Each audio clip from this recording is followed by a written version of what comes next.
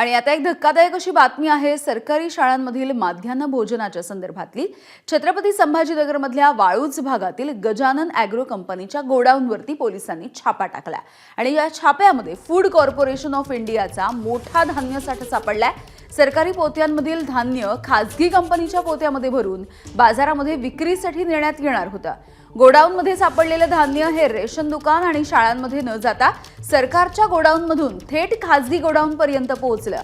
त्याची पॅकिंग बदलून हे धान्य पुढे विक्रीसाठी जात होतं आणि हा घोटाळा जो होता तो संभाजीनगरच्या पोलिसांनी उघड केलाय। सोबतच महिला व बालकल्याण विभागाचं स्तनदा माता आणि गरोदर मातांना दिल्या जाणाऱ्या पोषण आहारातील अन्न पाकिटं सुद्धा या ठिकाणी सापडली आहेत। या कारवाईमध्ये पोलिसांनी 20 जणांना ताब्यात घेतलंय।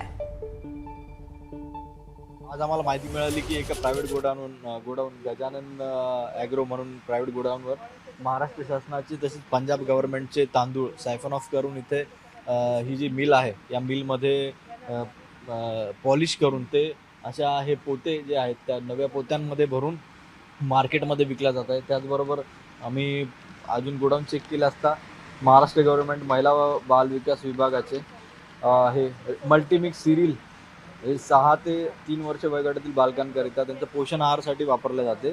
तसेच खिचडी प्रीमिक्स खिचडी हे दुसऱ्या पॅकेट्समध्ये पॅकेजिंग करून मार्केटमध्ये विकल्या जात आहे असं आम्हाला इथं प्रथम दर्शनी आढळलेलं आहे आणि त्यानुसार आम्ही इथं कारवाई केलेली आहे। एबीपी माझा, उघडा डोळे बघा नीट।